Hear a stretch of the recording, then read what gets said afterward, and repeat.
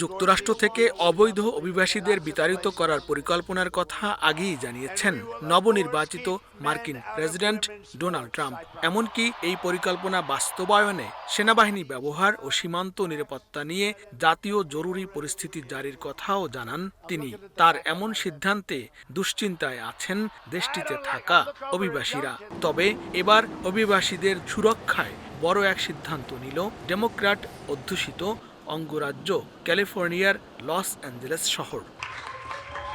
অভিবাসীদের সুরক্ষায় লস অ্যাঞ্জেলেসকে অভয়ারণ্য শহর ঘোষণা করে মঙ্গলবার একটি অধ্যাদেশ পাশ করেছেন সিটি কাউন্সিল নেতারা।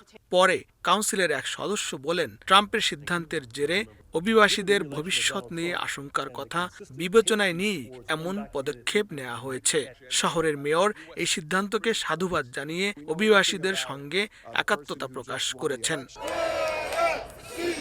এদিন সিটি কাউন্সিলের বাইরে জড়ো হন শত শত অভিবাসী। অধ্যাদেশ পাশ করার সিদ্ধান্তকে স্বাগত জানান তারা।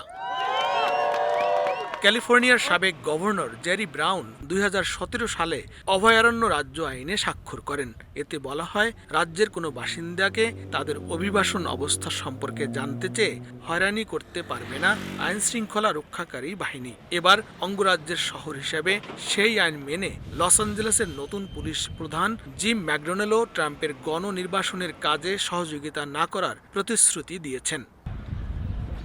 তবে আইন বিশেষজ্ঞরা মনে করছেন, সিটি কাউন্সিলের এই অধ্যাদেশ ফেডারেল সরকারকে লস অ্যাঞ্জেলেসে গণনির্বাসন চালানো থেকে বিরত রাখতে যথেষ্ট হবে না। যদিও ট্রাম্প প্রশাসনের বিরুদ্ধে এটিকে বড় চ্যালেঞ্জ হিসেবে দেখছেন তারা।